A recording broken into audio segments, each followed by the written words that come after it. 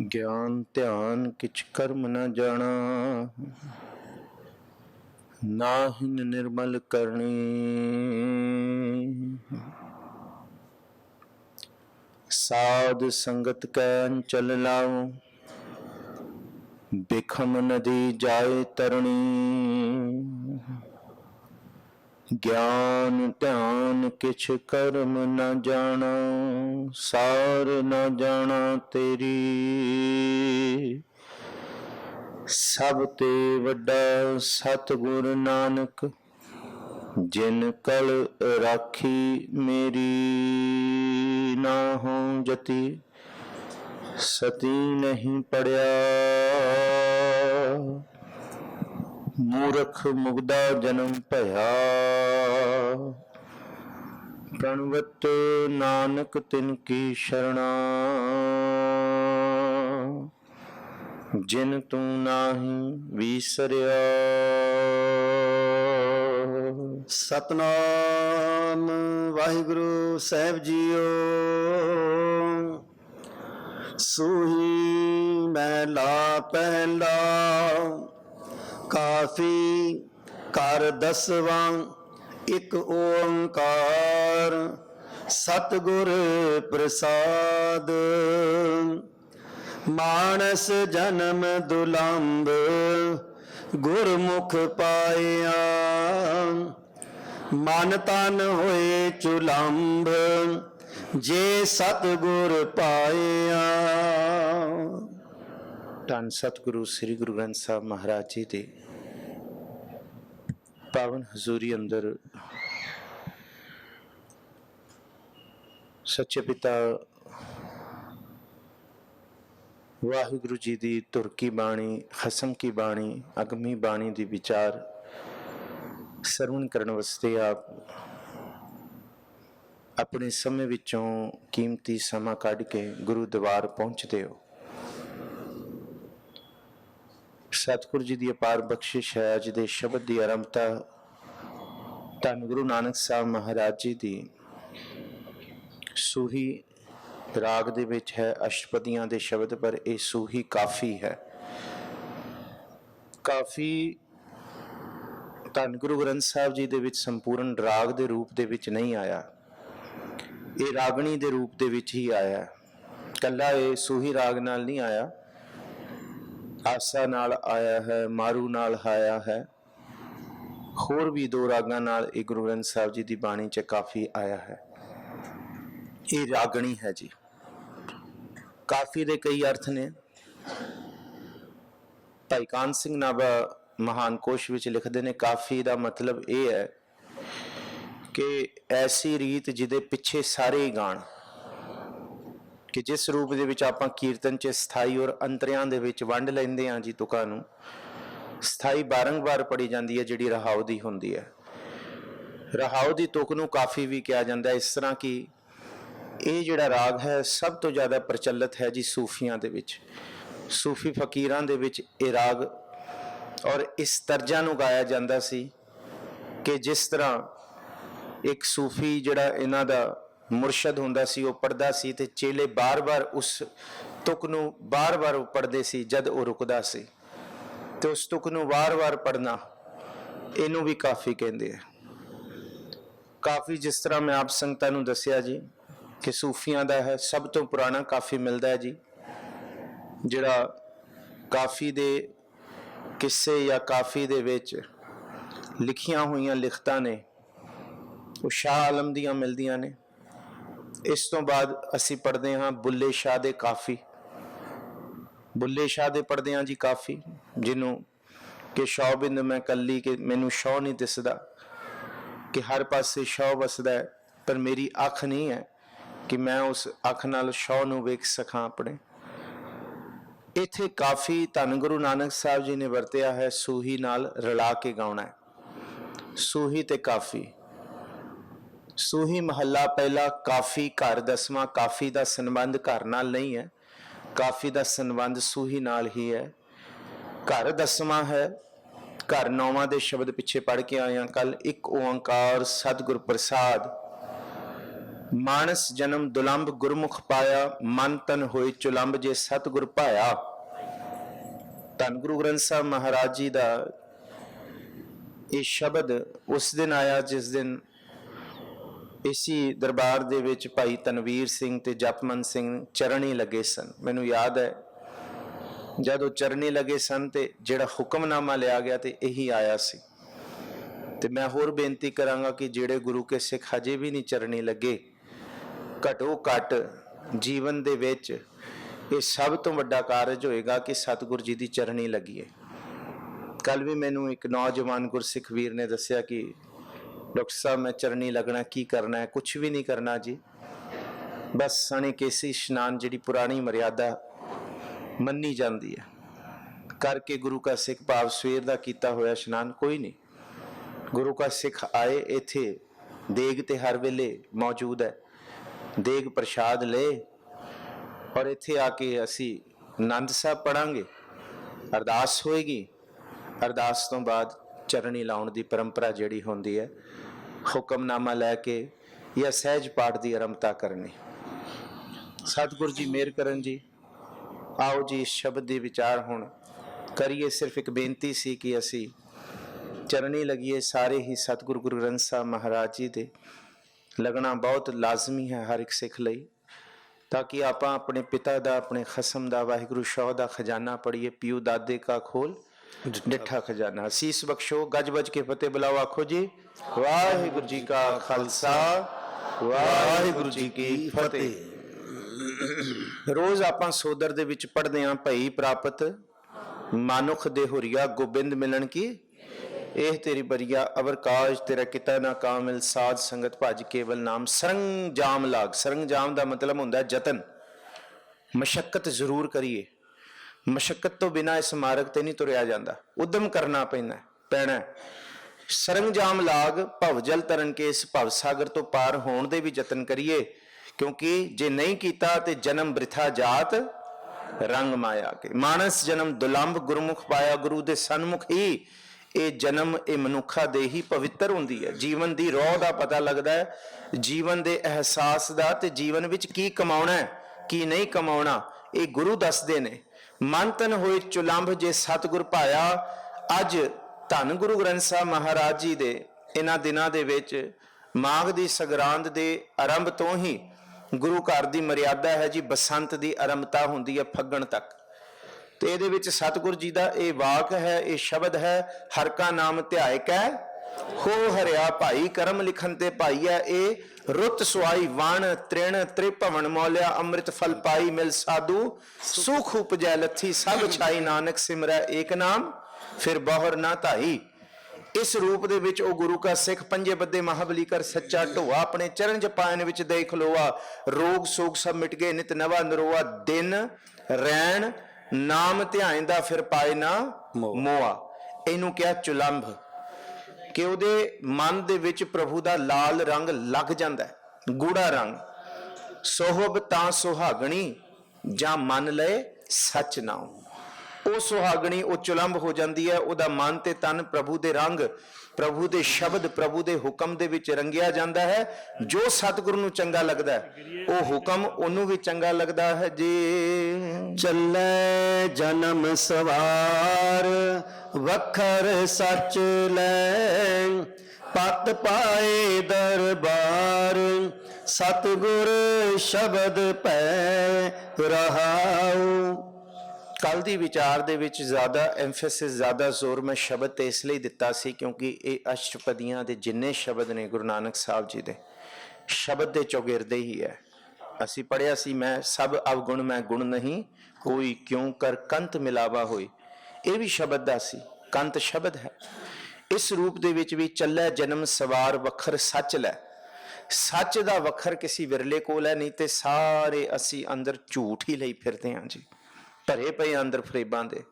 ਚਿਹਰੇ ਦੇ ਉੱਤੇ ਅਸੀਂ ਚਿਹਰਾ ਲਾਇਆ ਹੋਇਆ, ਜੋ ਅਸਲ ਹੈ ਉਹ ਲੁਕਾਈ ਫਿਰਦੇ ਹਾਂ, ਜੋ ਨਹੀਂ ਹਾਂ ਉਹਦਾ ਪ੍ਰਗਟਾਵਾ ਲੋਕਾਂ ਨੂੰ ਢੰਡੋਰਾ ਪਿੱਟ ਕੇ ਕਰਦੇ ਹਾਂ। ਪਰ ਐਸੇ ਵਿਰਲੇ ਨੇ ਜਿਨ੍ਹਾਂ ਦਾ ਜਨਮ ਹੀ ਸੱਚ ਵਖਰ ਦੇ ਨਾਲ ਲੱਦਿਆ ਪਿਆ।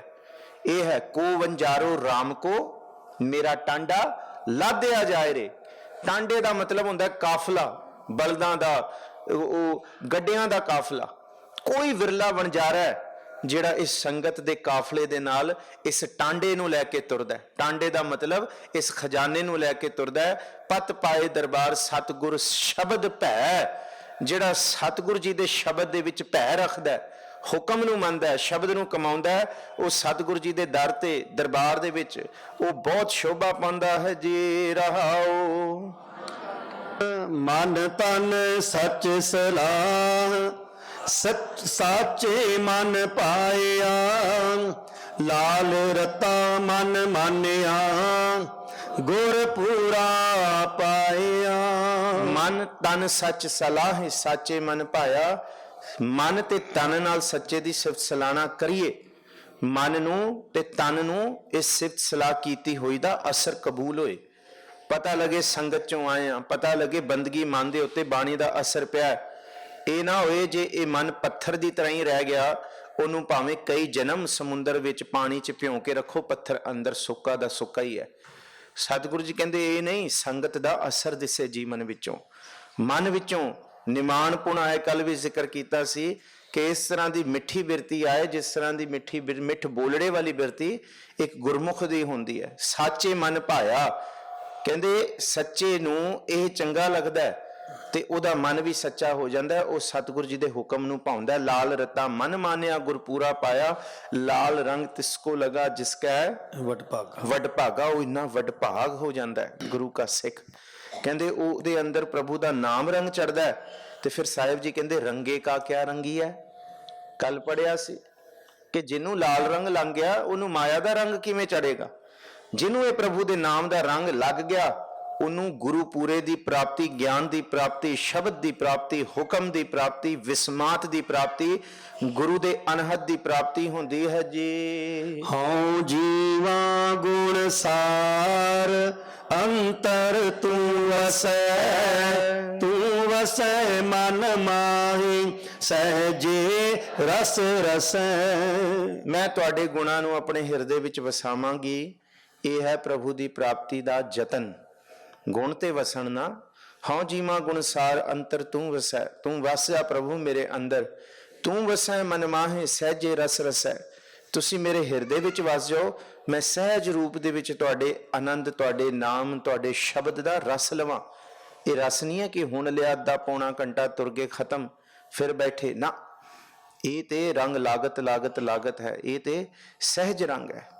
ਇਹ ਸਹਿਜ ਰੰਗ ਜਿਹਨੂੰ ਲੱਗਦਾ ਹੈ ਉਹਨੂੰ ਸਦਾ ਹੀ ਆਨੰਦ ਰੂਪ ਦੇ ਵਿੱਚ, ਸਹਿਜ ਰੂਪ ਦੇ ਵਿੱਚ ਪ੍ਰਭੂ ਦਾ ਰੰਗ, ਪ੍ਰਭੂ ਦਾ ਆਨੰਦ, ਪ੍ਰਭੂ ਦੀ ਬਾਣੀ ਦਾ ਰਸ ਅੰਦਰੋਂ ਪ੍ਰਗਟ ਹੁੰਦਾ ਹੈ ਜੀ। ਮੂਰਖ ਮਨ ਸਮਝਾਏ, ਆਖੋਂ ਕੀਤੜਾ, ਗੁਰਮੁਖ ਹਰ ਗੁਣ ਗਾਏ, ਰੰਗ ਰੰਗੇ ਤੜਾ।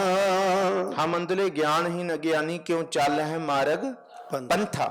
ਅਸੀਂ ਮੂਰਖ ਹੈਗੇ ਆ। ਇਸ ਰੂਪ ਦੇ ਵਿੱਚ ਤਿਤ ਸਰਵਰੜੇ ਪਹਿਲੇ ਨਿਵਾਸਾ, ਪਾਣੀ ਪਾਵ ਤਿਨਹਿ ਕੀਆ, ਪੰਕਜ ਮੋਹ ਪਗ ਨਹੀਂ ਚਾਲੈ ਹਮ ਦੇਖਾ, ਤਹ ਡੂਬਿਲੇ ਮਨ ਏਕ ਨਾ ਚੇਤਸ।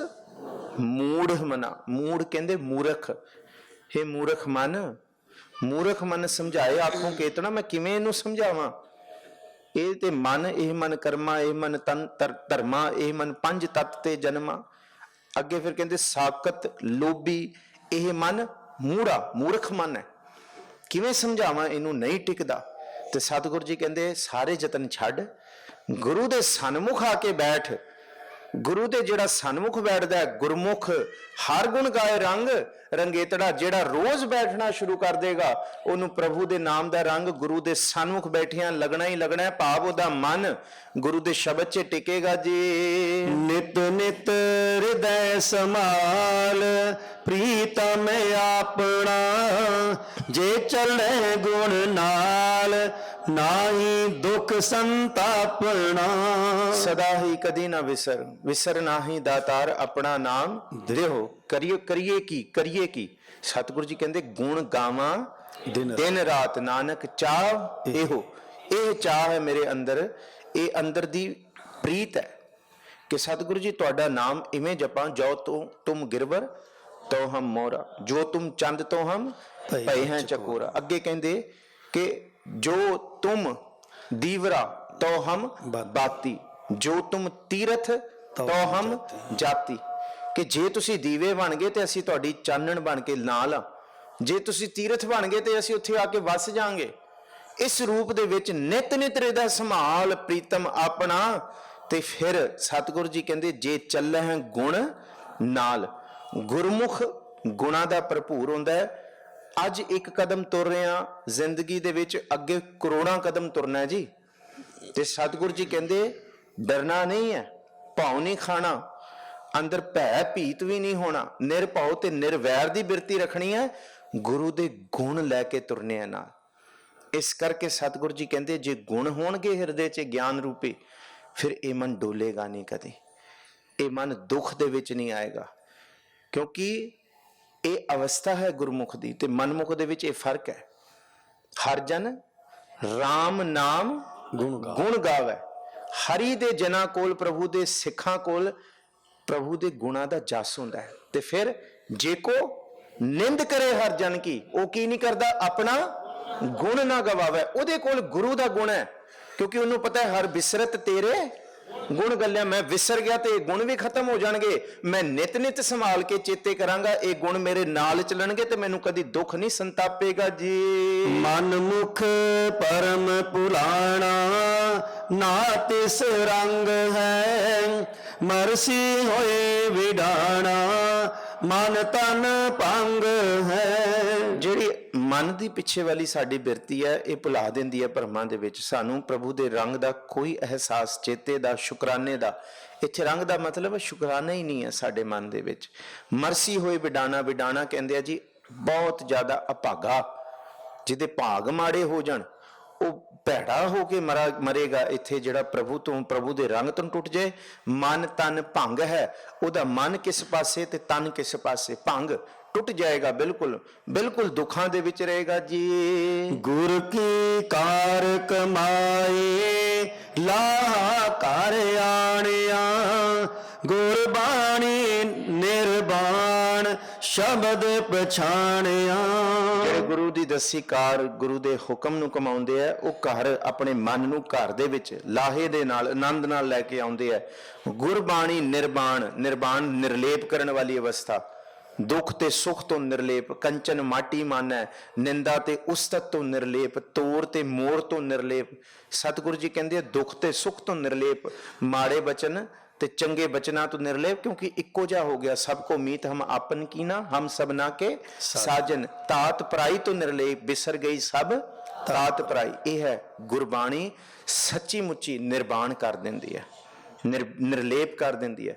ਗੁਰਬਾਣੀ ਨਿਰਬਾਣ, ਸ਼ਬਦ ਪਛਾਣਿਆ। ਇੱਥੇ ਸ਼ਬਦ ਭਾਵ ਸ਼ਬਦ ਦੇ ਗਿਆਨ ਦੀ ਪਛਾਣ ਦੇ ਨਾਲ ਮਨ ਬਿਲਕੁਲ ਨਿਰਲੇਪ, ਸ਼ੁੱਧ ਤੇ ਪਵਿੱਤਰ ਖਾਲਸ ਅਵਸਥਾ ਦੇ ਵਿੱਚ ਵਿਚਰਦਾ ਹੈ ਜੀ। ਇੱਕ ਨਾਨਕ ਕੀ ਅਰਦਾਸ, ਜੇ ਤੁਧ ਭਾਵਸੀ, ਮੈਂ ਦੀਜੈ ਨਾਮ ਨਿਵਾਸ, ਹਰ ਗੁਣ ਗਾਵਸੀ। ਗੁਰੂ ਨਾਨਕ ਸਾਹਿਬ ਮਹਾਰਾਜ ਜੀ ਦੀ ਅਰਦਾਸ ਹੈ ਜੀ, ਜੇ ਪ੍ਰਭੂ ਤੁਹਾਨੂੰ ਕਬੂਲ ਹੋਏ, ਤੁਸੀਂ ਕਬੂਲ ਕਰੋ। ਗੁਰੂ ਨਾਨਕ ਸਾਹਿਬ ਤੇ ਅਸੰਖ ਮੂਰਖ ਅੰਧ ਘੋਰ, ਅਸੰਖ ਚੋਰ ਹਰਾਮ ਖੋਰ, ਅਸੰਖ ਅਮਰ ਕਰ ਜਾਹੇ ਜ਼ੋਰ, ਅਸੰਖ ਗਲਵਡ ਹੱਤਿਆ ਕਮਾਏ, ਅਸੰਖ ਪਾਪੀ ਪਾਪ ਕਰ ਜਾਏ, ਅਸੰਖ ਕੂੜਿਆਰ ਕੂੜੇ ਫਿਰਾਏ, ਅਸੰਖ ਮਲੇਸ਼ ਮਲ ਭਖ ਖਾਏ, ਅਸੰਖ ਨਿੰਦਕ ਸਿਰ ਕਰਾਂ ਪਾਰ।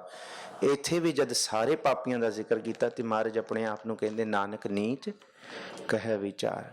ਸਤਿਗੁਰੂ ਜੀ ਮੈਂ ਵੀ ਇਹੀ ਵਿਚਾਰ, ਮੈਂ ਵੀ ਇਸੀ ਗਿਣਤੀ 'ਚ। ਹੁਣ ਅਵਗੁਣ ਅਸੀਂ ਹੈਗੇ ਹਾਂ, ਮਨਮੁਖ ਅਸੀਂ ਹੈਗੇ ਹਾਂ, ਮੂਰਖ ਮਨ ਸਾਡਾ ਹੈ।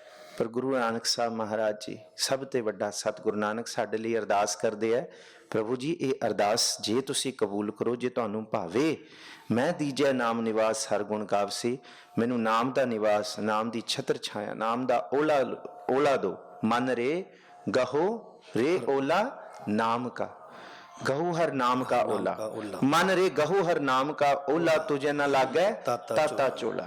ਜਿਹੜਾ ਨਾਮ ਦੀ ਇਸ ਬਖਸ਼ਿਸ਼ ਦੇ ਵਿੱਚ ਤੁਰਦਾ ਹੈ, ਉਹ ਬਿਲਕੁਲ ਸਤਿਗੁਰੂ ਜੀ ਦੇ ਨਾਮ ਤੋਂ ਨਿਵਾਜਿਆ ਜਾਂਦਾ ਹੈ ਜੀ। ਸੂਹੀ ਮਹਿਲਾ ਪਹਿਲਾ, ਜਿਉ ਆਰਣ ਲੋਹਾ ਪਾਏ, ਭੰਨ ਕਰਾਈਐ, ਤਿਉ ਸਾਕਤ ਜੋਨੀ ਪਾਏ, ਭਵੈ ਪਵਾਈਐ। ਸਤਿਗੁਰ ਸੱਚੇ ਪਾਤਸ਼ਾਹ ਮਹਾਰਾਜ ਜੀ ਦਾ ਇਹ ਸ਼ਬਦ ਗੁਰੂ ਨਾਨਕ ਸਾਹਿਬ ਜੀ ਦੇ ਸ਼ਬਦ ਦੀ ਵਿਚਾਰ ਲਈ ਇੱਕ ਸ਼ਬਦ ਗੁਰੂ ਅੰਗਦ ਸਾਹਿਬ ਜੀ ਨੂੰ ਮਿਲਣ ਲਈ ਜਾਣ ਲਈ ਗੁਰੂ ਅਮਰਦਾਸ ਜੀ ਦੀ ਜਿਹੜੀ ਬਿਰਤੀ ਸੀ ਕਿ ਇਹ ਜੇ ਤਨ ਲੋਹਾ ਹੋ ਗਿਆ ਗੁਰੂ ਤੋਂ ਟੁੱਟ ਕੇ, ਕੱਲਾ ਲੋਹਾ ਨਹੀਂ ਜੰਗਾਲਿਆ ਹੋਇਆ ਲੋਹਾ, ਤੇ ਇਸ ਮਨ ਰੂਪੀ ਲੋਹੇ ਨੂੰ ਕੌਣ ਕਬੂਲ ਕਰੇਗਾ? ਜੰਗਾਲਿਆ ਹੋਇਆ ਲੋਹਾ ਤੇ ਇੱਕ ਲੋਹਾਰ ਵੀ ਆਪਣੀ ਹੱਟੀ 'ਚ ਨਹੀਂ ਰੱਖਦਾ, ਕਿਉਂਕਿ ਉਹ ਨਾਲ ਦੇ ਲੋਹਿਆਂ ਨੂੰ ਵੀ ਜੰਗ ਲਾ ਦੇਗਾ, ਉਹਨੂੰ ਵੱਖਰਾ ਕਰਦਾ ਹੈ। ਤੇ ਸਤਿਗੁਰ ਜੀ ਇਹ ਕਹਿੰਦੇ ਹੈ ਕਾਇਆ ਆਰਣ ਮਨ ਵਿੱਚ ਲੋਹਾ, ਕਹਿੰਦੇ ਕਾਇਆ ਇੱਕ ਭੱਠੀ ਹੈ, ਮਨ ਲੋਹਾ ਲੱਗ ਗਿਆ। ਤੇ ਫਿਰ ਇੱਥੇ ਬਸ ਨਹੀਂ, ਪੰਜ ਅਗਨ ਤਿਤ ਲਾਗ ਰਹੀ, ਅੰਦਰ ਪੰਜ ਵਿਕਾਰਾਂ ਦੀ ਅੱਗ ਲੱਗ ਗਈ ਹੈ। ਤੇ ਜਿਸ ਵੇਲੇ ਪੰਜ ਵਿਕਾਰ ਠੰਡੇ ਹੁੰਦੇ ਆ, ਕੋਇਲੇ ਪਾਪ ਪੜਹਿ ਤਿਸ ਉਪਰ, ਸਾਡੇ ਪਾਪਾਂ ਦੇ ਲੇਖੇ ਜੋਖਿਆਂ ਦੇ ਫੁਰਨੇ ਕੋਇਲਿਆਂ ਦੇ ਰੂਪ ਦੇ ਵਿੱਚ ਮਨ ਦੇ ਉੱਤੇ ਪੈ ਜਾਂਦੇ, ਮਨ ਤਪਣ ਲੱਗ ਜਾਂਦਾ ਹੈ। ਫਿਰ ਮਨ ਮਸਾਂ ਕਿਥੇ ਸ਼ਾਂਤ ਹੁੰਦਾ ਹੈ ਪਾਪਾਂ ਤੋਂ, ਇਹਨਾਂ ਫੁਰਨਿਆਂ ਤੋਂ। ਫਿਰ ਮਨ ਜਲਿਆ ਸੰਨੀ ਚਿੰਤ ਭਈ, ਕਹਿੰਦੇ ਸੰਨੀ ਜਿਹੜੀ ਲੋਹਾਰ ਕੋਲ ਇੱਕ ਔਜ਼ਾਰ ਹੁੰਦਾ ਹੈ, ਸੜੇ ਹੋਏ ਲੋਹੇ ਨੂੰ ਪੁੱਠੇ ਪਾਸੇ ਕਰ ਦਿੰਦੀ ਹੈ, ਤੇ ਜਿਹੜਾ ਲੋਹਾ ਸੜਿਆ ਨਹੀਂ ਹੁੰਦਾ ਉਹਨੂੰ ਅਗਨ ਵੱਲ ਕਰ ਦਿੰਦੀ ਹੈ। ਕਹਿੰਦੇ ਫਿਰ ਚਿੰਤਾ ਦਾ ਐਸਾ ਫੁਰਨਾ ਹੁੰਦਾ, ਪਹਿਲਾਂ ਮੈਂ ਵਿਕਾਰਾਂ ਤੋਂ ਬਚਦਾ, ਫਿਰ ਪਾਪਾਂ ਦੇ ਫੁਰਨੇ ਆ ਜਾਂਦੇ, ਪਾਪਾਂ ਤੋਂ ਬਚਿਆ, ਕਹਿੰਦਾ ਮਨ ਰੂਪੀ ਚਿੰਤਾ ਜਿਹੜਾ ਮਨ ਦਾ ਪਾਸਾ ਬਿਲਕੁਲ ਠੰਡਾ ਸੀ ਉਹਨੂੰ ਫਿਰ ਪਰਤ ਕੇ ਕਹਿੰਦੇ ਫਿਰ ਦੁੱਖਾਂ ਸੁੱਖਾਂ ਦੀ ਲੈਣ ਦੇਣ ਦੀ ਚਿੰਤਾ ਵਿੱਚ ਪਾ ਦਿੰਦੀ ਹੈ। ਇਸ ਤਰ੍ਹਾਂ ਹੀ ਸੂਰਜ ਤੇ ਚੰਦਰਮਾ ਭਾਵ ਦਿਨ ਤੇ ਰਾਤ ਮੇਰੀ ਇਸ ਬਿਰਤੀ 'ਚ ਹੀ ਨਿਕਲ ਜਾਂਦੀ ਹੈ। ਕਾਇਆ ਆਰਣ ਮਨ ਵਿੱਚ ਲੋਹਾ, ਪੰਚ ਅਗਨ ਤਿਤ ਲਾਗ ਰਹੀ, ਕੋਇਲੇ ਪਾਪ ਪੜੇ ਤਿਸ ਉਪਰ ਮਨ ਜਲਿਆ ਸੰਨੀ ਚਿੰਤ ਭਈ। ਫਿਰ ਜੇ ਗੁਰੂ ਮਿਲ ਜਾਏ, ਭਇਆ ਮਨੂਰ, ਮਨੂਰ ਕਹਿੰਦੇ ਬਿਲਕੁਲ ਜੰਗਾਲਿਆ ਹੋਇਆ ਲੋਹਾ, ਭਇਆ ਮਨੂਰ ਕੰਚਨ ਫਿਰ ਹੋਵੇ, ਜੇ ਗੁਰ ਮਿਲੈ ਤਿਨੇਹਾ, ਏਕ ਨਾਮ ਅੰਮ੍ਰਿਤ ਉਹ ਦੇਵੈ, ਤਉ ਨਾਨਕ ਤ੍ਰਿਸ਼ਟਸ ਦੇਹਾ। ਕਹਿੰਦੇ ਇਹ ਜੰਗਾਲਿਆ ਹੋਇਆ ਮਨ ਗੁਰੂ ਨੂੰ, ਗੁਰੂ ਦੇ ਸ਼ਬਦ ਨੂੰ ਸਪਰਸ਼ ਕਰ ਜਾਏ, ਕਹਿੰਦੇ ਉਹ ਵੀ ਮਨੂਰ ਲੋਹਾ ਵੀ ਕਹਿੰਦੇ ਕੰਚਨ ਸੋਨੇ ਵਰਗਾ ਹੋ ਜਾਂਦਾ, ਜੇ ਇੱਕ ਸ਼ਬਦ ਹੀ ਕਿਨਕਾ ਹੀ ਉਹ ਗੁਰੂ ਦਾ ਵਸਾਲੇ। ਇਹ ਹੈ ਜੀ ਮਨਮੁਖ ਬਿਰਤੀ ਤੋਂ ਗੁਰਮੁਖ ਬਿਰਤੀ ਕਿਵੇਂ ਬਣਦੀ ਹੈ। ਧੰਨ ਗੁਰੂ ਨਾਨਕ ਸਾਹਿਬ ਕਹਿੰਦੇ ਆ ਸੂਹੀ ਮਹੱਲਾ ਪਹਿਲਾ, ਸਮਝ ਆਏਗੀ ਗੱਲ ਨੂੰ, ਜਿਉਂ ਆਰਣ ਲੋਹਾ ਪਾਏ ਭੰਨ ਕਢਾਈ ਹੈ। ਕਹਿੰਦੇ ਜਿਸ ਤਰ੍ਹਾਂ ਕਾਇਆ ਆਰਣ, ਆਰਣ ਕਹਿੰਦੇ ਭੱਠੀ ਦੇ ਵਿੱਚ ਲੋਹਾਰ ਲੋਹੇ ਨੂੰ ਪਾ ਕੇ ਸਾੜਦਾ ਹੈ ਨਾ, ਭੰਨਦਾ, ਸੱਟਾਂ ਮਾਰਦਾ, ਕਹਿੰਦੇ ਇਹ ਹਾਲ ਪਤਾ ਕਿਹਦਾ ਹੁੰਦਾ, ਤਿਉ ਸਾਕਤ ਜੂਨੀ ਪਾਏ ਭਵੈ ਭਵਾਈ ਹੈ। ਕਹਿੰਦੇ ਨਾ ਸ਼ੁਕਰੇ ਹੋਏ ਲੋਕ, ਜਿਹੜੇ ਆਪਣੇ ਮਨ ਪਿੱਛੇ ਤੁਰਨ ਵਾਲੇ, ਆਪਣੀਆਂ ਹੁਜਤਾਂ ਕਰਨ ਵਾਲੇ, ਕਹਿੰਦੇ ਇੱਕ ਦਿਨ ਇਸ ਰੂਪ ਦੇ ਵਿੱਚ ਸਾਕਤ ਉਹ ਬੰਦੇ ਜੂਨਾਂ ਵਿੱਚ ਪੈ ਕੇ ਜਿਸ ਤਰ੍ਹਾਂ ਲੋਹੇ ਨੂੰ ਸੱਟ ਪੈਂਦੀ ਹੈ, ਸੜਦਾ ਹੈ, ਕਹਿੰਦੇ ਇਹ ਸਾਡਾ ਮਨ ਦੁੱਖਾਂ ਦੇ ਵਿੱਚ ਸੜਦਾ ਹੈ ਜੀ। ਬਿਨ ਬੂਝੇ ਸਭ ਦੁੱਖ ਦੁੱਖ ਕਮਾਵਣਾ, ਹਉ ਮੈਂ ਆਵੇ ਜਾਏ ਪਰਮ ਭੁਲਾਵਣਾ ਰਹਾਉ। ਇਸ ਸ਼ਬਦ ਨੂੰ ਬੂਝੇ ਬਿਨਾ ਦੁੱਖ ਤੇ ਦੁੱਖ ਹੀ ਮਿਲਦਾ, ਦੁੱਖ ਹੀ ਕਮਾਏ ਜਾਂਦੇ ਹੈ। ਹਉਮੈ ਆਵੇ ਜਾਏ ਭਰਮ ਭੁਲਾਵਣਾ, ਤੇ ਹਉਮੈ ਦੇ ਵਿੱਚ ਅਸੀਂ ਭਰਮਾਂ ਦੇ ਵਿੱਚ ਫਸੇ ਹੋਏ ਬਾਰ-ਬਾਰ ਜੂਨੀਆਂ ਦੇ ਵਿੱਚ ਆਤਮਕ ਮੌਤ ਮਰਦੇ ਹਾਂ। ਰਹਾਓ ਤੂੰ ਗੁਰਮੁਖ ਰੱਖਣ ਹਾਰ, ਹਰ ਨਾਮ ਧਿਆਈਐ, ਮਿਲੈ ਤੁਝੈ ਰਜ਼ਾਏ ਸ਼ਬਦ ਕਮਾਈਐ। ਤੂੰ ਗੁਰਮੁਖ ਰੱਖਣ ਹਾਰ, ਗੁਰਮੁਖ ਦੇ ਖੱਖੇ ਨੂੰ ਸਿਹਾਰੀ, ਜਿਹੜੇ ਗੁਰੂ ਦੀ ਸ਼ਰਨ ਵਿੱਚ ਆ ਗਏ ਹੁਣ ਇੱਥੋਂ ਭਇਆ ਮਨੂਰ ਕੰਚਨ ਫਿਰ ਹੋਵੇ, ਜੇ ਗੁਰ ਮਿਲੇ ਤਿਨੇਹਾ। ਦੁੱਖ ਤੇ ਸੁੱਖ ਤੋਂ ਗੁਰੂ ਕਿਵੇਂ ਬਚਾਉਂਦਾ ਹੈ? ਤੂੰ ਗੁਰਮੁਖ ਰੱਖਣ ਹਾਰ, ਜਿਹੜੇ ਤੁਹਾਡੇ ਸ਼ਰਨ 'ਚ ਆ ਗਏ ਉਹਨੂੰ ਤੁਸੀਂ ਰੱਖਣ ਵਾਲੇ ਹੋ ਗੁਰੂ ਜੀ। ਹਰ ਨਾਮ ਧਿਆਈਆ, ਉਹ ਤੁਹਾਡਾ ਨਾਮ ਧਿਆਉਂਦੇ ਨੇ। ਮੇਲਹਿ ਤੁਝੈ ਰਜ਼ਾਏ ਸ਼ਬਦ ਕਮਾਈ ਹੈ, ਤੁਹਾਡੀ ਰਜ਼ਾ ਦੇ ਵਿੱਚ ਟਿਕਦੇ ਨੇ, ਮਿਲਦੇ ਨੇ ਤੇ ਤੁਹਾਡੇ ਸ਼ਬਦ ਦੀ ਕਮਾਈ ਕਰਦੇ ਨੇ ਜੀ। ਤੂੰ ਕਰ ਕਰ ਵੇਖੈ ਆਪ, ਦੇਹ ਸੋ ਪਾਈਐ, ਤੂੰ ਦੇਖੈ ਥਾਪ ਉਥਾਪ, ਦਰ ਬੀਨਾਈਐ। ਤੂੰ ਕਰ ਕਰ ਵੇਖੈ ਆਪ, ਦੇਹ ਸੁ ਪਾਈਐ, ਜੋ ਤੁਸੀਂ ਦੇਣਾ ਉਹ ਅਸੀਂ ਪਾ ਲੈਣਾ, ਅਸੀਂ ਹੋਰ ਕੁਝ ਨਹੀਂ ਪਾ ਸਕਦੇ ਆਪਣੀ ਹੁਜਤ ਨਾਲ, ਜੋ ਤੁਸੀਂ ਦੇਣਾ ਉਹੀ ਮਿਲਣਾ। ਤੇ ਤੁਸੀਂ ਦੇਖਦੇ ਹੋ ਕਰ ਕਰਕੇ ਸਾਰਾ ਕੁਝ ਜਾਣਦੇ ਹੋ। ਤੂੰ ਦੇਖੈ ਥਾਪ ਉਥਾਪ, ਦਰ ਬੀਨਾਈਐ, ਕਹਿੰਦੇ ਸਾਨੂੰ ਘੜਨ ਵਾਲੇ ਹੋ, ਭੰਨਣ ਵਾਲੇ ਹੋ। ਬੀਨਾ ਮੀਰਾ ਦਾਨਾ ਦਿਲ ਸੋਚ ਮੁਹੱਬਤੇ ਮਨ ਤਨ ਬਸੈ ਸਚ ਸ਼ਾਹ ਬੰਦੀ ਮੋਚ ਦੀਦ ਨੇ ਦੀਦਾਰ ਸਾਹਿਬ ਕਛ ਨਹੀਂ ਇਸਕਾ ਮੋਹ। ਤੂੰ ਦਾਨਾ ਤੂੰ ਬੀਨਾ ਮੈਂ ਵਿਚਾਰ ਕਿਆ ਕਰੀ। ਬੀਨਾ ਦਾ ਮਤਲਬ ਦਾਤ ਦੇ ਕੇ ਦੇਖਣ ਵਾਲਾ ਹੈ। ਇਹ ਨਹੀਂ ਕਿ ਦੇ ਕੇ ਤੂੰ ਛੱਡ ਦਿੱਤਾ, ਨਾ, ਦੇ ਕੇ ਸਾਡੇ ਦੁੱਖ ਤੇ ਸੁੱਖ ਵੀ ਤੂੰ ਦੇਖਦਾ ਹੈ। ਤੂੰ ਸਾਡੇ ਦਰ ਸਾਡੇ ਘਰ ਬਣਾ ਕੇ ਵੀ ਉਹ ਸਾਰਾ ਕੁਝ ਦੇ ਕੇ ਦੇਖਣ ਵਾਲਾ ਹੈ। ਬੀਨ ਆਈ ਹੈ, ਆਪ ਹੀ ਦੇਖਦਾ ਹੈ ਜੀ। ਦੇਹੀ ਹੋਵਗ ਖਾਕ ਪਵਨ ਉਡਾਈਐ ਇਹ ਕਿੱਥੈ ਕਰ ਔਤਾਕ ਮਹਿਲ ਨਾ ਪਾਈਐ। ਇਹ ਦੇਹੀ ਖਾਕ ਹੋ ਜਾਏਗੀ ਜੀ, ਪਵਨ ਉਡਾਈ ਹੈ, ਪਵਨ ਦੇ ਵਿੱਚ ਉੱਡੇਗੀ ਇਹ ਖਾਕ ਦੇਹੀ ਜਿਹਦਾ ਅੱਜ ਅਸੀਂ ਮਾਣ ਕਰਦੇ ਹਾਂ। ਇਹ ਕਿੱਥੇ ਕਰ ਔਤਾਕ ਮਹਿਲ ਨਾ ਪਾਈ ਹੈ। ਫਿਰ ਦੱਸੋ, ਜਿਹੜੇ ਘਰਾਂ ਤੇ ਅਸੀਂ ਮਾਣ ਕਰੀ ਬੈਠੇ ਹਾਂ, ਔਤਾਕ ਕਹਿੰਦੇ ਆ ਘਰ ਦੀ ਬੈਠਕ, ਜਿੱਥੇ ਆਪੇ ਆ ਕੇ ਬਹਿੰਦੇ ਆ ਤੇ ਪ੍ਰਾਹੁਣਿਆਂ ਨਾਲ ਗੱਲਾਂ ਬਾਤਾਂ ਮਾਰਦੇ ਆ, ਦੂਸਰਿਆਂ ਦੀ ਆਓ ਭਗਤ ਕਰਦੇ ਆ, ਆਪਣੇ ਅਹੰਕਾਰ ਨੂੰ ਜਤਾਉਂਦੇ ਆ। ਕਹਿੰਦੇ ਜਿਸ ਦਿਨ ਇਹ ਦੇਹੀ ਖਾਕ ਹੋ ਗਈ ਤੇ ਫਿਰ ਕਿੱਥੇ ਘਰ ਤੇ ਕਿੱਥੇ ਬੈਠਕਾਂ, ਕਿੱਥੇ ਇਹ ਚੀਜ਼ਾਂ। ਕਹਿੰਦੇ ਫਿਰ ਇਹ ਮਹਿਲ ਨਾ ਪਾਈ ਹੈ, ਦੁਬਾਰਾ ਨਹੀਂ ਮਿਲਣ ਵਾਲਾ ਜੀ। ਦੇਹ ਦੀਵੀ ਅੰਧਕੋਰ ਕਬ ਮੁਹਾਈਐ ਗਰਭ ਮੁਸੈ ਕਰ ਚੋਰ ਕਿਸ ਰੂ ਆਈਐ। ਉਹਨਾਂ ਘਰਾਂ ਨੂੰ, ਉਹਨਾਂ ਔਤਾਕ ਬੈਠਕਾਂ ਨੂੰ ਹਉਮੈ ਰੂਪੀ ਵਿਕਾਰਾਂ ਰੂਪੀ ਬਿਰਤੀ 'ਚ ਨਾ ਗਰਕ ਕਰੀਏ। ਘਰ ਦੇ ਵਿੱਚ ਬੈਠ ਕੇ ਇਬਾਦਤ ਬੰਦਗੀ ਕਰਕੇ ਸ਼ੁਕਰਾਨਾ ਕਰੀਏ। ਉਹ ਔਤਾਕ, ਉਹ ਬੈਠਕਾਂ 'ਚ ਨਿੰਦਾ ਚੁਗਲੀ ਹੋਰ ਆਲ ਜੰਜਾਲ ਦੀਆਂ ਗੱਲਾਂ ਛੱਡ ਕੇ ਬੈਠ ਕੇ ਸੁਖਮਨੀ ਸਾਹਿਬ ਦੇ ਪਾਠ ਕਰੀਏ, ਸਤਿਗੁਰ ਜੀ ਦੀ ਬਾਣੀ ਪੜ੍ਹੀਏ। ਤਾਂ ਇਹ ਘਰ, ਇਹ ਮਹਿਲ, ਇਹ ਔਤਾਕ, ਇਹ ਘਰ ਦੀਆਂ ਬੈਠਕਾਂ, ਭਾਵੇਂ ਸਾਡੇ ਬਿਸਤਰੇ ਨੇ, ਪਲੰਗ ਨੇ, ਭਾਵੇਂ ਸੋਫੇ ਨੇ, ਭਾਵੇਂ ਕੁਰਸੀਆਂ, ਕੁਝ ਵੀ, ਭਾਵੇਂ ਭੁੰਜੇ ਥਾਂ ਹੈ, ਸਤਿਗੁਰ ਜੀ ਕਹਿੰਦੇ ਇਸ ਸਥਾਨ ਨੂੰ ਪਵਿੱਤਰ ਕਰੀਏ। ਇਹ ਘਰ ਸਤਿਗੁਰ ਜੀ ਨੇ ਦਿੱਤਾ, ਇਸ ਘਰ ਨੂੰ ਇਸ ਰੂਪ ਦੇ ਵਿੱਚ ਵਰਤੀਏ, ਨਾ ਕਿ ਹਉਮੈ ਰੂਪ ਦੇ ਵਿੱਚ ਵਰਤੀਏ। ਇਹ ਬਾਹਰ ਦੇ ਦਿਖਦੇ ਪਸਾਰੇ, ਔਰ ਇਹ ਘਰ ਵੀ ਇਸ ਵਾਸਤੇ ਹੀ ਦਿੱਤਾ, ਸਰੀਰ ਰੂਪੀ ਘਰ ਵੀ। ਸਤਿਗੁਰ ਜੀ ਕਹਿੰਦੇ ਦੀਵੀ ਅੰਧ ਘੋਰ, ਦੇਹ ਲਫ਼ਜ਼ ਵੈਸੇ ਦੇਹ ਪੜ ਸਕਦੇ ਆ। ਦੇਹ ਦੀਵੀ ਦਾ ਮਤਲਬ ਹੈ, ਦੇਹੋ ਦਾ ਮਤਲਬ ਦਿਨ, ਦੀਵੀ ਦਾ ਮਤਲਬ ਸੂਰਜ। ਦਿਨ ਦਾ ਦੀਵਾ ਜਿਹੜਾ ਬਲਦਾ ਹੈ ਅਸਮਾਨ 'ਚ, ਉਹ ਹੈ ਸੂਰਜ। ਕਹਿੰਦੇ ਸੂਰਜ ਹੁੰਦਿਆਂ ਵੀ ਤੈਨੂੰ ਹੰਧ ਘੋਰ ਮਿਲਦਾ ਹੈ। ਹਉਮੈ ਦਾ ਕਿਉਂ? ਗੁਰਬਿਨ ਘੋਰ ਅੰਧਾਰ, ਗੁਰੂ ਬਿਨ ਸਮਝ ਨਾ ਗਏ, ਕਿਉਂਕਿ ਗੁਰੂ ਨਹੀਂ ਕੀਤਾ। ਜੇ 100 ਚੰਦਾ ਉਗਵੇਂ ਸੂਰਜ ਚੜ੍ਹੈ ਹਜ਼ਾਰੇ ਤੇ ਚਾਨਣ ਹੁੰਦਿਆਂ ਗੁਰਬਿਨ ਘੋਰ ਅੰਧਾਰ। ਇਸ ਲਈ ਘੋਰ ਅੰਧਾਰ ਹੈ। ਉਹਨਾਂ ਘਰਾਂ ਵਿੱਚ, ਉਹਨਾਂ ਔਤਾਕਾਂ ਵਿੱਚ ਬਹਿ ਕੇ ਗੁਰੂ ਨਹੀਂ ਜਪਿਆ, ਗੁਰੂ ਨੂੰ ਚੇਤੇ ਨਹੀਂ ਕੀਤਾ, ਗੁਰਮੁਖਾਂ ਦੀ ਸੰਗਤ ਨਹੀਂ ਕੀਤੀ। ਦੇਹੁ ਦੀਵੀ ਅੰਧ ਘੋਰ ਘਬ ਮੁਹਾਈ ਹੈ, ਹਨੇਰੇ ਵਿੱਚ ਹੀ ਕਹਿੰਦੇ ਤੂੰ ਮਰ ਗਿਆ, ਸਾਰਾ ਕੁਝ ਇੱਥੇ ਹੀ ਛੱਡ ਕੇ ਚਲਾ ਗਿਆ। ਗਰਭ ਮੁਸੈ ਘਰ ਚੋਰ ਕਿਸ ਰੁਆਈ ਹੈ। ਕਹਿੰਦੇ ਹਉਮੈ ਗਰਭ ਦੇ ਵਿੱਚ ਇਹ ਘਰ ਲੁੱਟਿਆ ਜਾ ਰਿਹਾ, ਇਹ ਘਰ ਨੂੰ ਲੁੱਟ ਰਹੇ ਨੇ। ਕਹਿੰਦੇ ਤੈਨੂੰ ਇਹਦਾ ਨਹੀਂ ਪਤਾ ਲੱਗ ਰਿਹਾ। ਤੇ ਹੁਣ ਜਦ ਸਭ ਕੁਝ ਲੁੱਟਿਆ ਗਿਆ ਤੇ ਹੁਣ ਤੂੰ ਕਿਹਦੇ ਅੱਗੇ ਰੋਏਂਗੀ ਜੀ? ਹੁਣ ਕੋਈ ਰੋਣ ਦਾ ਫਾਇਦਾ ਨਹੀਂ ਜੀ। ਗੁਰਮੁਖ ਚੋਰ ਨਾ ਲਾਗ ਹਰ ਨਾਮ ਜਗਾਈਐ ਸ਼ਬਦ ਨਿਵਾਰੀ ਆਗ ਜੋਤ ਦੀ ਪਾਈਐ। ਗੁਰ ਦਿਖਲਾਈ ਮੋਰੀ ਜਿਤ ਮਿਰਤ ਪਰਤ ਹੈ ਤੋਰੀ।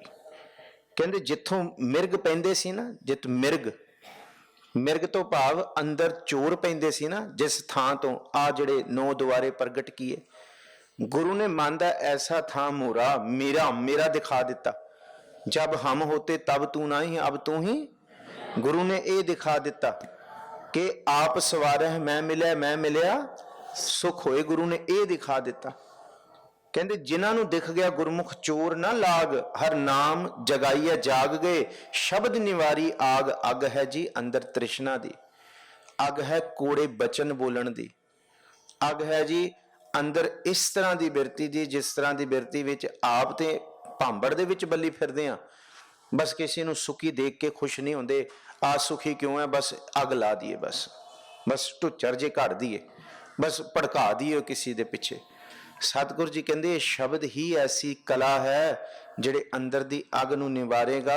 ਸਤਿਗੁਰੂ ਜੀ ਕਹਿੰਦੇ ਸ਼ਬਦ ਨਿਵਾਰੀ ਅਗ ਜੋਤ ਦੀ ਪਾਈ ਹੈ, ਅੰਦਰ ਪ੍ਰਭੂ ਦੇ ਗਿਆਨ ਦਾ ਚਾਨਣ, ਗਿਆਨ ਦਾ ਦੀਪ ਪ੍ਰਗਟ ਹੋਏਗਾ ਜੀ। ਲਾਲ ਰਤਨ ਹਰ ਨਾਮ ਗੁਰ ਸੁਰਤ 부ਝਾਈਐ, ਸਦਾ ਰਹਿ ਨਿਹ ਕਾਮ ਜੇ ਗੁਰਮਤਿ ਪਾਈਐ। ਇਹ ਰਤਨ ਮਿਲ ਜਾਂਦਾ ਜੀ, ਇਹ ਬੇਸ਼ਕੀਮਤੀ ਰਤਨ, ਲਾਲ ਰਤਨ ਹਰ ਨਾਮ ਗੁਰ ਸੁਰਤ 부ਝਾਈ ਹੈ। ਸੁਰਤ ਦੇ ਮਤਲਬ ਹੈ ਗੁਰੂ ਸਾਨੂੰ ਸਮਝਾ ਦਿੰਦੇ, ਗੁਰੂ ਸਾਨੂੰ ਬੁਝਾ ਦਿੰਦੇ ਹੈ ਕਿ ਭਾਈ ਇਹ ਗੁਣ ਨੇ, ਇਹਨਾਂ ਗੁਣਾਂ ਨੂੰ ਚੇਤੇ ਕਰੋ, ਸੰਭਾਲ ਕੇ ਰੱਖੋ। ਗੁਰੂ ਜੇ ਕਹਿੰਦੇ ਆ ਮਿੱਠ ਬੋਲੜਾ ਜੀ, ਤੇ ਫਿਰ ਮਿੱਠ ਬੋਲੜਾ ਇੱਕ ਗੁਣ ਹੈ।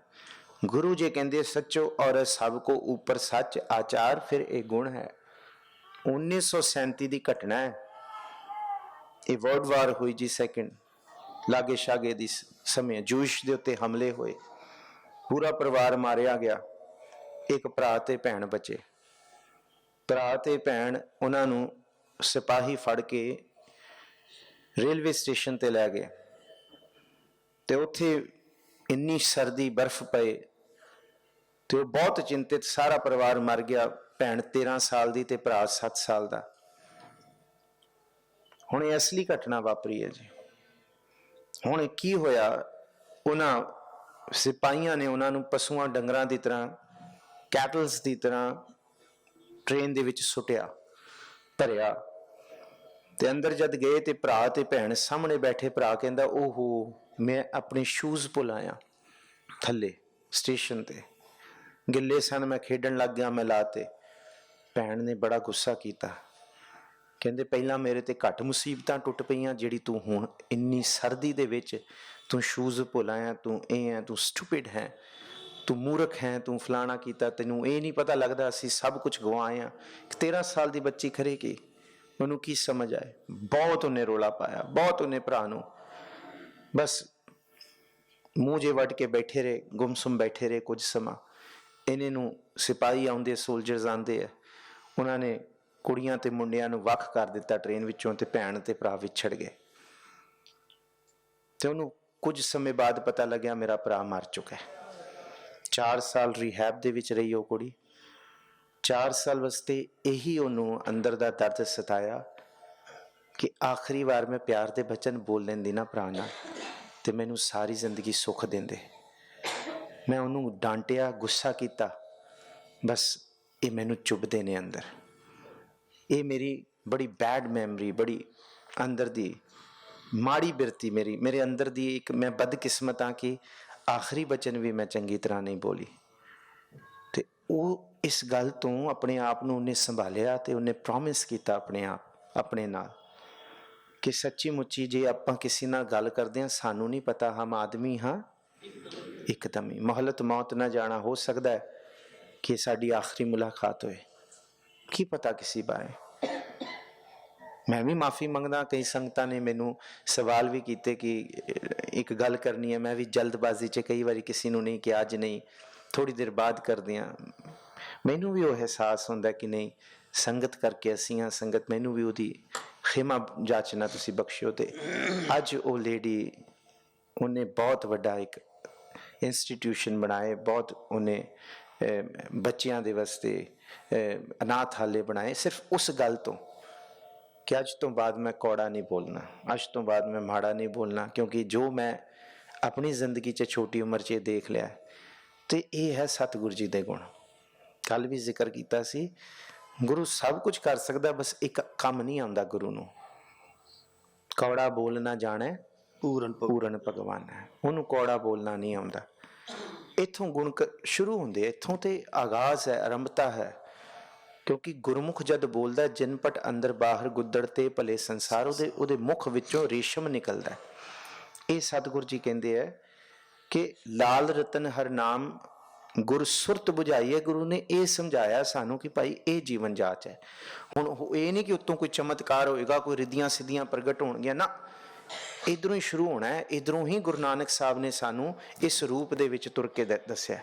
ਕਰਨ ਨੂੰ ਸਭ ਕੁਝ ਕਰ ਸਕਦੇ ਸੀ, ਸਮਰੱਥ ਸੀ ਗੁਰਦੇਵ, ਪਰ ਨਹੀਂ, ਸਾਡੀ ਅਵਸਥਾ ਦੇ ਵਿੱਚ ਆ ਕੇ ਉਹਨਾਂ ਨੇ ਸਮਝਾਇਆ, ਨਾਨਕ ਮੇਲ ਮਿਲਾਏ ਜੇ ਤੁਧ ਭਾਈ ਹੈ। ਜੇ ਗੁਣ ਕਮਾਵਾਂਗੇ ਤੇ ਫਿਰ ਕਿਤੇ ਨਾ ਕਿਤੇ ਸਤਿਗੁਰੂ ਜੀ ਕਿਰਪਾ ਕਰਕੇ ਆਪਣੇ ਨਾਲ ਮਿਲਾ ਲੈਣਗੇ ਜੀ। ਰਾਤ ਦਿਹੈ ਹਰ ਨਾਉ ਮਨ ਵਸਾਈਐ, ਨਾਨਕ ਮੇਲ ਮਿਲਾਏ ਜੇ ਤੁਧ ਪਾਈਐ। ਜਿਹਦੇ ਹਿਰਦੇ 'ਚ ਲਾਲ ਰਤਨ ਵਸ ਗਿਆ, ਗੁਰੂ ਨੇ ਬੁਝਾ ਦਿੱਤਾ, ਉਹ ਸਦਾ ਨਿਹਕਾਮ ਹੈ, ਸੇਵਾ ਕਰਤ ਹੋਏ ਨਿਹਕਾਮੀ। ਕਾਮਨਾਵਾਂ ਤੋਂ ਭਾਵ ਕ੍ਰੋਧ ਤੋਂ, ਲੋਭ ਤੋਂ, ਮੋਹ ਤੋਂ, ਅਹੰਕਾਰ ਤੋਂ ਸਿੱਧੇ ਰੂਪ 'ਚ ਪ੍ਰਭੂ ਦਾ ਰੂਪ ਹੋ ਗਿਆ।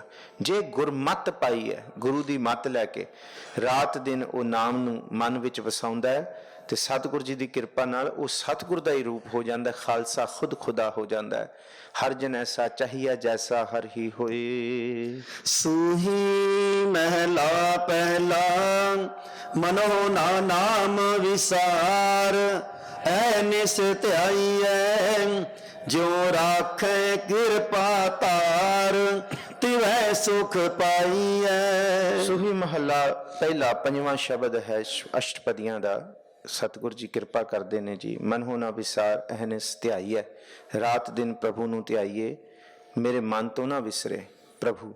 ਮੋਕੋ ਤੂੰ ਨਾ ਵਿਸਾਰ, ਤੂੰ ਨਾ ਵਿਸਾਰ, ਤੂੰ ਨਾ ਵਿਸਾਰੈ ਹੈ ਰਾਮਈਆ। ਤੁਸੀਂ ਨਾ ਵਿਸਾਰਿਓ ਪ੍ਰਭੂ, ਮੇਰੇ ਮਨ 'ਚ ਨਾ ਵਿਸਰੇ। ਜੋ ਰਾਖੈ ਕਿਰਪਾ ਧਾਰ, ਤਿਵੇਂ ਸੁਖ ਪਾਈਐ। ਜਿਵੇਂ ਤੁਸੀਂ ਰੱਖੋ, ਕਹਿੰਦੇ ਜਿੱਥੇ ਤੁਸੀਂ ਰੱਖਿਆ ਉੱਥੇ ਮੇਰੇ ਲਈ ਬੇਕੁੰਠ ਬਣ ਜੇ, ਸਵਰਗ ਬਣ ਜੇ। ਨਾ ਦੁੱਖ ਨਾ ਸੁੱਖ, ਪੱਥਰਾਂ ਤੇ ਸੌਂ ਕੇ ਵੀ ਹਾਲ ਮੁਰੀਦਾਂ ਦਾ ਕਹਿਣਾ। ਜੇ ਸਭ ਕੁਛ ਹੈ ਤਾਂ ਵੀ ਸ਼ੁਕਰਾਨਾ, ਜੇ ਕੁਛ ਨਹੀਂ ਹੈ ਪਰਾਈ ਅਮਾਨ ਕਿਉ ਰੱਖਿਆ, ਦਿੱਤੀ ਹੂੰ ਸੁਖ ਹੋਏ। ਇਸ ਰੂਪ ਦੇ ਵਿੱਚ ਸਤਿਗੁਰੂ ਜੀ ਅੰਦਰ ਦੀ ਮਾਨਸਿਕ ਅਵਸਥਾ ਐਸੀ ਬਣਾਓ ਜਿਸ ਮਾਨਸਿਕ ਅਵਸਥਾ 'ਚ ਸੁਖ ਵਸ ਜਾਏ। ਬਾਹਰ ਦੇ ਦੁੱਖ ਤੇ ਸੁੱਖ ਮਨ ਨੂੰ, ਸਰੀਰ ਨੂੰ ਪਰੇਸ਼ਾਨ ਨਾ ਕਰਨ ਜੀ। ਮੈਂ ਅੰਧਲੇ ਹਰ ਨਾਮ ਲਪਟੀ ਟੋਹਣੀ, ਰਹੋ ਸਾਹਿਬ ਕੀ ਟੇਕ ਨਾ ਮੋਹੈ ਮੋਹਣੀ ਰਹਾਉ। ਸਿਮਰੋ ਸਿਮਰ ਸਿਮਰ ਸੁਖ ਪਾਵੋ, ਸਾਸ ਸਾਸ ਸੰਭਾਲੇ। ਕਹਿੰਦੇ ਸਰੂਪ ਦੇ ਵਿੱਚ ਪ੍ਰਭੂ ਨੂੰ ਚੇਤੇ ਕਰੋ ਕਿ ਸਾਸ ਸਾਸ ਚੇਤਾ ਰਹੇ। ਇਹ ਲੋਕ ਪਰਲੋਕ ਸੰਗ ਸਹਾਏ, ਜਤ ਕਤ ਮੋਹੇ ਰਖਵਾਲੇ। ਇਹ ਸ਼ਬਦ ਜਿਹੜਾ ਹੈ ਨਾ, ਇੱਥੇ ਸੁੱਖ ਨਹੀਂ ਦੇਗਾ। ਮਹਾਰਾਜ ਕਹਿੰਦੇ ਇੱਥੋਂ ਜਾਣ ਤੋਂ ਬਾਅਦ ਵੀ ਸੁੱਖ ਹੈ ਜੀ, ਸੰਗ ਹੀ ਹੈ। ਇਸ ਕਰਕੇ ਗੁਰ ਕਾ ਬਚਨ ਬਸੈ ਜੀ ਨਾਲੇ, ਜਲ ਨਹੀਂ ਡੂਬੈ ਦਸ ਕਰ ਨਹੀਂ ਲੇਵੈ, ਪਾਏ ਨਾ ਸਾਕੈ ਜਾਲੇ। ਕਿਵੇਂ ਹੈ? ਅੰਧਲੇ ਕੋ ਨਿਰਧਨ ਕੋ ਧਨ, ਅੰਧਲੇ ਕੋ ਟਿਕ। ਜਿਹਦੇ ਕੋਲ ਧਨ ਨਹੀਂ ਹੈ ਉਹਨੂੰ ਇਹ ਧਨ ਦੀ ਤਰ੍ਹਾਂ। ਕੱਲ ਵੀ ਪੜਿਆ ਸੀ ਕਿ ਉਹਨੂੰ ਲੱਖ ਕਰੋੜ ਜਿੰਨਾ ਮੁਨਾਫਾ ਹੈ ਜੇ ਬਿੰਦ ਬੁਲਾਈਆਂ। ਜੇ ਇੱਕ ਗੁਰੂ ਦਾ ਆਵਾਜ਼ ਸ਼ਬਦ ਉਹ ਸੁਣ ਲੈ, ਗੁਰਮੁਖ ਪਿਆਰਾ, ਮੈਂ ਲੱਖ ਵਿਣਤੇ ਸਾਹਿਬੋ, ਮੈਨੂੰ ਲੱਖਾਂ ਦੀ ਕਰੋੜਾਂ ਦੀ ਕਮਾਈ ਹੈ ਜੇ ਬਿੰਦ ਬੁਲਾਏ, ਜੇ ਤੁਹਾਡੀ ਆਵਾਜ਼ ਮੈਂ ਸੁਣ ਲਾਂ ਅੰਦਰੋਂ, ਭਾਵ ਕਿ ਤੁਹਾਡੇ ਗੁਣ ਨੂੰ, ਤੁਹਾਡੇ ਸ਼ਬਦ ਨੂੰ ਕਮਾ ਲਾਂ।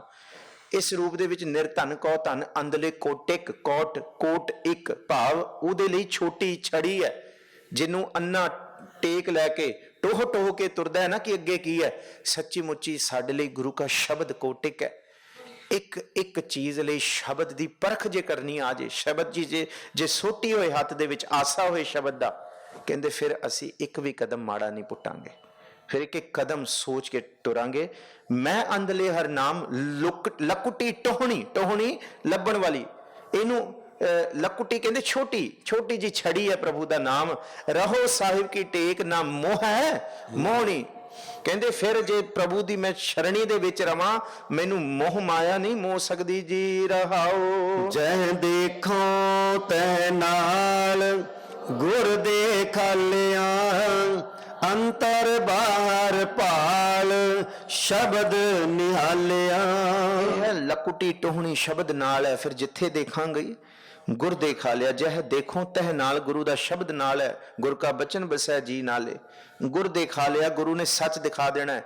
ਇਹ ਮਾਰਗ ਸੁੱਚਾ ਹੈ, ਇਹ ਮਾਰਗ ਗਲਤ ਹੈ। ਕੱਲ ਗੁਰਮੁਖ ਪਿਆਰੇ ਬਾਬਾ ਸਾਹਿਬ ਹੋਰਾਂ ਦੇ ਘਰ ਜਗਿਆਸੂ ਸਿੱਖ, ਉਹਨਾਂ ਦੇ ਘਰ ਬੈਠ ਕੇ ਇਹ ਵਿਚਾਰਾਂ ਤੁਰਨੀਆਂ ਸੀ ਕਿ ਵਾਹਿਗੁਰੂ ਜੀ ਦੇ ਅੰਤਰੀਵ ਦਰਸ਼ਨ ਦਾ ਪਹਿਲਾ ਚੈਪਟਰ ਕੀ ਹੈ, ਕਿ ਅਭਿਆਸ, ਇਹ ਅਭਿਆਸ ਸ਼ੁਰੂ ਕਿੱਥੋਂ ਹੁੰਦਾ ਹੈ।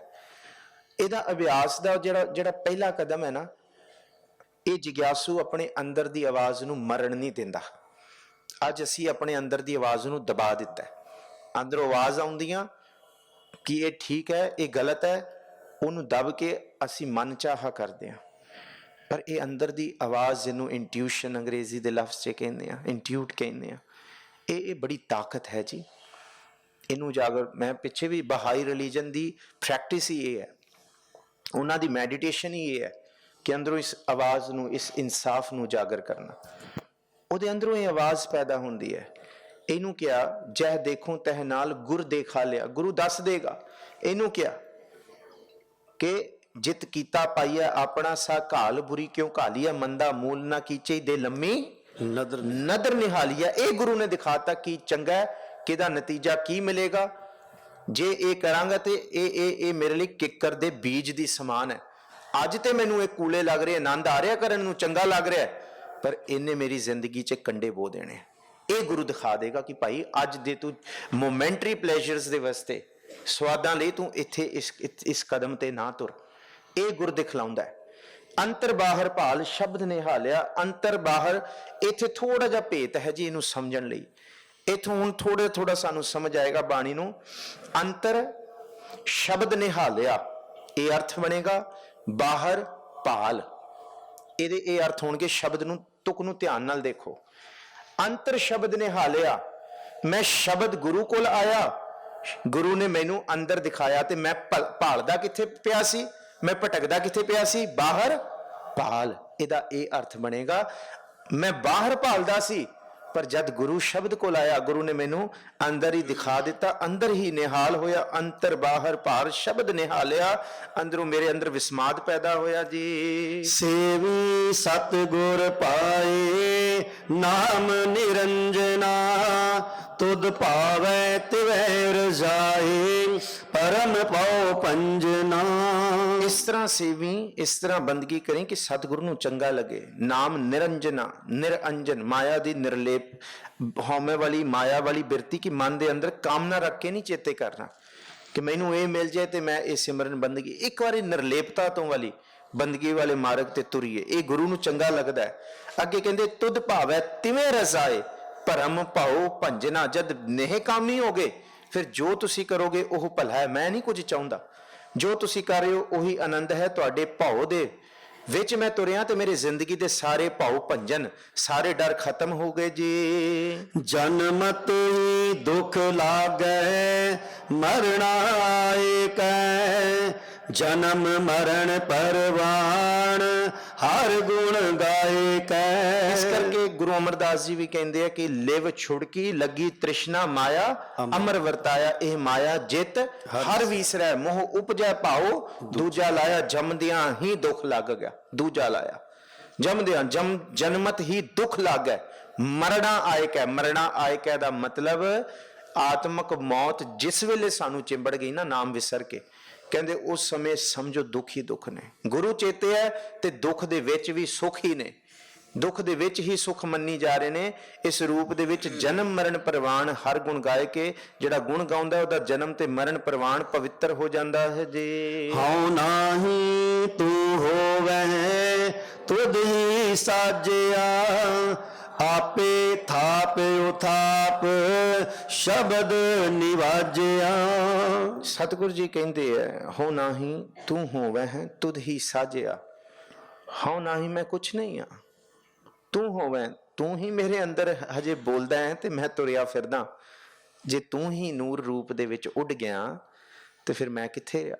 ਮੈਂ ਤੇ ਖਾਕ ਨੂਰ ਕਰਦਮ ਆਲਮ ਦੁਨੀਆਏ, ਤੂੰ ਨੂਰ ਹੈ ਤੇ ਮੈਂ ਖਾਕ ਹਾਂ।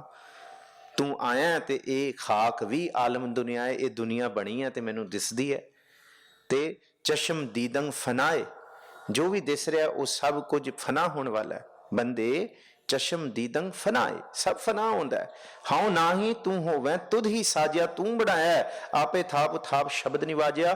ਕਹਿੰਦੇ ਥਾਪਣ ਵਾਲਾ ਵੀ ਤੂੰ ਹੈ, ਉਥਾਪਣ ਵਾਲਾ ਵੀ ਤੂੰ ਹੈ। ਜੇ ਮੈਨੂੰ ਤੂੰ ਨਸ਼ਟ ਵੀ ਕਰ ਦਿੱਤਾ ਮਾਇਆ 'ਚ, ਤਾਂ ਵੀ ਤੂੰ ਮੈਨੂੰ ਅੱਜ ਆਪਣੀ ਬੰਦਗੀ 'ਚ ਬਣਾ ਸਕਦਾ, ਕਿਉਂਕਿ ਸਭ ਕੁਝ ਆਪਨ ਹਾਥ ਮਤਾਂਤ, ਸਾਰੀ ਤਾਕਤ ਤੁਹਾਡੇ ਹੱਥ ਵਿੱਚ ਹੈ ਜੀ। ਦੇਹੀ ਭਸਮ ਰੁਲਾਏ ਨਾ ਜਾਪੀ ਕਹਿ ਗਿਆ, ਆਪੇ ਰਹਿਆ ਸਮਾਏ ਸੋ ਵਿਸਮਾਦ ਪਿਆ। ਸਭ ਕੁਝ ਅਸੀਂ ਅੱਜ ਹੀ ਕਰਨ ਨੂੰ ਖੁਸ਼ ਹਾਂ, ਰਾਜ਼ੀ ਹਾਂ ਕਿ ਅੱਜ ਹੀ ਕਰ ਲਈਏ। ਬਸ ਇੱਕ ਇਬਾਦਤ ਤੇ ਬੰਦਗੀ ਕੱਲ ਦੇ ਲਈ ਟਾਲ ਦਿੰਦੇ ਆ, ਚਲੋ ਕੱਲ ਕਰ ਲਾਂਗੇ, ਚਲੋ ਕਰ ਲਾਂਗੇ। ਸਤਿਗੁਰੂ ਜੀ ਕਹਿੰਦੇ ਜਿੰਨਾ ਉਦਮ ਹਰ ਕੰਮ ਲਈ ਅੱਜ ਕਰਦੇ ਆ ਨਾ, ਜਿਹੜਾ ਢਿੱਡ ਦੀ ਪੂਰਤੀ, ਰਿਜ਼ਕ ਦੀ ਪੂਰਤੀ, ਪਦਾਰਥਾਂ ਦੀ ਪੂਰਤੀ, ਮੁਬਾਰਕ। ਇਬਾਦਤ ਨੂੰ ਵੀ ਨਾ ਟਾਲੋ, ਕਿਉਂਕਿ ਦੇਹੀ ਭਸਮ ਰੁਲਾਏ, ਕੱਲ ਨੂੰ ਇਹ ਦੇਹੀ ਭਸਮ ਵੀ ਹੋ ਸਕਦੀ ਹੈ। ਇਸ ਦੇਹੀ ਦੇ ਵਿੱਚ ਹੀ ਬੰਦਗੀ ਹੋਣੀ ਹੈ। ਨਾ ਜਾਪੀ ਕਹਿ ਗਿਆ, ਫਿਰ ਮੈਂ ਕਿੱਥੇ ਜਾਵਾਂਗਾ ਕੁਛ ਨਹੀਂ ਪਤਾ। ਅੱਜ ਤੇ ਮੈਂ ਕਰੀ ਜਾਨਾ, ਪਰ ਕੱਲ ਦਾ ਕੁਛ ਨਹੀਂ ਪਤਾ ਮੈਂ ਗਿਆ ਕਿੱਥੇ। ਆਪੇ ਰਿਹਾ ਸਮਾਏ ਸੋ ਵਿਸਮਾਦ ਭਇਆ, ਅੱਜ ਵੀ ਤੁਸੀਂ ਹੋ, ਮੈਂ ਖਾਕ ਹੋ ਗਿਆ ਤਾਂ ਵੀ ਤੁਸੀਂ ਰਹਿਣਾ। ਇਹ ਕੈਸੀ ਅਚਰਜ ਖੇਡ ਹੈ ਪ੍ਰਭੂ ਜੀ। ਮੈਂ ਵਿੱਚ ਵੀ ਤੁਸੀਂ ਜੀਵਤ ਹੋ, ਮੈਂ ਮਰਨ ਤੋਂ ਬਾਅਦ ਵੀ ਤੁਸੀਂ ਜੀਵਤ ਹੋ, ਤੁਸੀਂ ਕਦੀ ਮਰਦੇ। ਇਹ ਕੈਸਾ ਵਿਸਮਾਦ ਮੈਨੂੰ ਸਮਝਾਓ। ਇਹਦਾ ਮਤਲਬ ਫਿਰ ਮੈਂ ਮਰ ਕੇ ਵੀ ਨਹੀਂ ਮਰਿਆ, ਕਿਉਂਕਿ ਤੁਸੀਂ ਹੀ ਮੈਂ ਹੋ ਤੇ ਮੈਂ ਹੀ ਤੁਸੀਂ ਹੋ। ਇਸ ਕਰਕੇ ਫਰੀਦਾ ਖਾਲਕ ਖਲਕ ਮੈਂ, ਖਲਕ ਵਸੈ ਮਨ ਮਾਹੇ। ਕਹਿੰਦੇ ਇਸ ਕਰਕੇ ਖਾਲਕ ਖਲਕ ਮੈਂ, ਖਲਕ ਵਸੈ ਮਨ ਮਾਹੇ।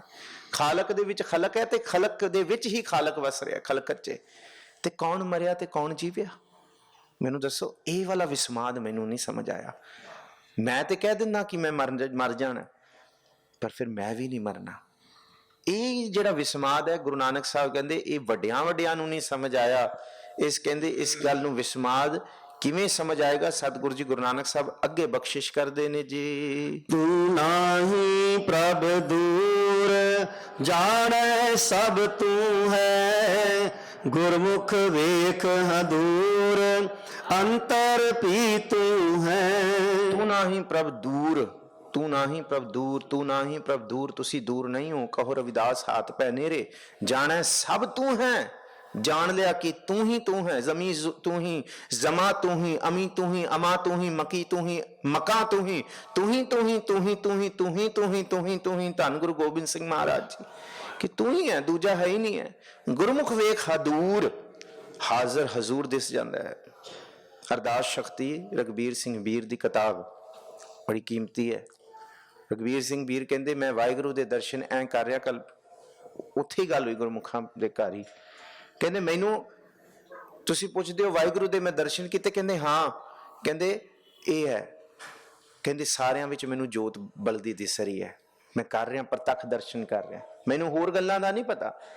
ਕਹਿੰਦੇ ਗਿਆਨ ਤੇ ਆਂਦੀਆਂ ਗੱਲਾਂ ਨਹੀਂ, ਹਜੇ ਮੈਂ ਜੋ ਅੱਖਾਂ ਖੋਲ ਕੇ ਵੇਖ ਰਿਹਾ, ਖਾਕ ਨੂਰ ਕਰਦਮ ਆਲਮ ਦੁਨੀਆ ਹੈ। ਦੁਨੀਆ ਦੇ ਅੰਦਰ ਮੈਂ ਸਾਰਾ ਨੂਰ, ਹਰ ਇੱਕ ਦੇ ਵਿੱਚ ਸਭ ਮੈਂ ਜੋਤ, ਮੈਨੂੰ ਸਭ ਦੇ ਵਿੱਚ ਇੱਕ ਨੂਰ ਦਿਸ ਰਿਹਾ, ਇੱਕ ਅੱਗ ਦਿਸ ਰਹੀ ਹੈ। ਮੈਂ ਚਿਹਰੇ ਨਹੀਂ ਵੇਖ ਰਿਹਾ, ਮੈਂ ਸਰੀਰ ਦਾ ਡੋਲ ਡਾਮ ਨਹੀਂ ਦੇਖ ਰਿਹਾ, ਮੈਂ ਬਸ ਉਸ ਨੂਰ ਨੂੰ ਵੇਖ ਸਕਦਾ। ਇਹ ਹੈ, ਇਹ ਗੁਰਮੁਖ ਵੇਖ ਲੈਂਦਾ, ਉਹ ਫਿਰ ਮਰਦਾ ਤੇ ਜਿਉਣ ਦੇ ਵਿੱਚੋਂ ਇਹ ਨਿਰਲੇਪ ਹੋ ਜਾਂਦਾ। ਗੁਰਮੁਖ ਵੇਖ ਹਦੂਰ, ਅੰਤਰ ਭੀ ਤੂੰ ਹੈ ਇਸ ਅੰਦਰ, ਇਸ ਸਰੀਰ ਦੇ ਅੰਦਰ ਜਿਹਨੂੰ ਮੈਂ ਲੱਭਣਾ, ਤੂੰ ਇੱਥੇ ਹੀ ਵਸਦਾ ਹੈ ਜੀ। ਮੈਂ ਦੀਜੈ ਨਾਮ ਨਿਵਾਸ, ਅੰਤਰ ਸ਼ਾਂਤ ਹੋਏ। ਗੁਣ ਗਾਵੇ ਨਾਨਕ ਦਾਸ, ਸਤਿਗੁਰ ਮਤ ਦੇ। ਹੁਣ ਇਸ ਨਾਮ ਦਾ ਨਿਵਾਸ ਭਾਵ ਇਸ ਗੱਲ ਦੀ ਪਰਖ ਮੈਨੂੰ ਦੇ ਦਿਓ, ਅੰਤਰ ਸ਼ਾਂਤ ਹੋਏ, ਮੈਂ ਟਿਕ ਜਾਉਂ, ਸ਼ਾਂਤੀ ਬਖਸ਼ੋ। ਸਭ ਕੁਛ ਹੈ ਪਰ ਸ਼ਾਂਤੀ ਨਹੀਂ ਹੈ, ਸਭ ਕੁਛ ਹੈ ਸਬਰ ਨਹੀਂ ਹੈ, ਸਭ ਕੁਛ ਹੈ ਸਹਿਜ ਨਹੀਂ ਹੈ। ਗੁਣ ਗਾਵੇ ਨਾਨਕ ਦਾਸ, ਸਤਿਗੁਰ ਮਤ ਦੇ। ਇਹ ਮਤ ਦੇ, ਸਾਮਤ ਦੇਹੋ ਦਇਆਲ, ਜਿਤ ਤੁਮ ਹੈ ਅਰਾਧਾ। ਨਾਨਕ ਮੰਗੈ ਦਰਸਦਾ, ਰੇਨ ਪੱਗ ਸਾਧਾ। ਮੈਂ ਇਹ ਮੰਗਣ ਆਇਆ ਕਿ ਮੈਂ ਰੇਣੂਕਾ ਹੋਵਾਂ, ਕਿ ਮੇਰੇ ਅੰਦਰ ਸਤਿਗੁਰ ਜੀ ਦੇ ਨਾਮ ਦੀ ਦਾਤ ਵਸੇ, ਇਹ ਮਤ ਵਸੇ ਕਿ ਸਭ ਮੈਂ ਜੋਤ ਜੋਤ ਦਾ ਇਹ ਅੰਦਰ ਵਿਸਮਾਦ ਮੈਂ ਦੇਖ ਸਕਾਂ। ਭੁੱਲਾਂ ਚੁੱਕਾਂ ਦੀ ਖਿਮਾ। ਧੰਨਵਾਦ ਆਪ ਸਾਰਿਆਂ ਦੇ ਮਾਣ ਪਿਆਰ ਦਾ। ਗੱਜ ਵੱਜ ਕੇ ਫਤਿਹ ਬੁਲਾਓ ਜੀ ਆਪ।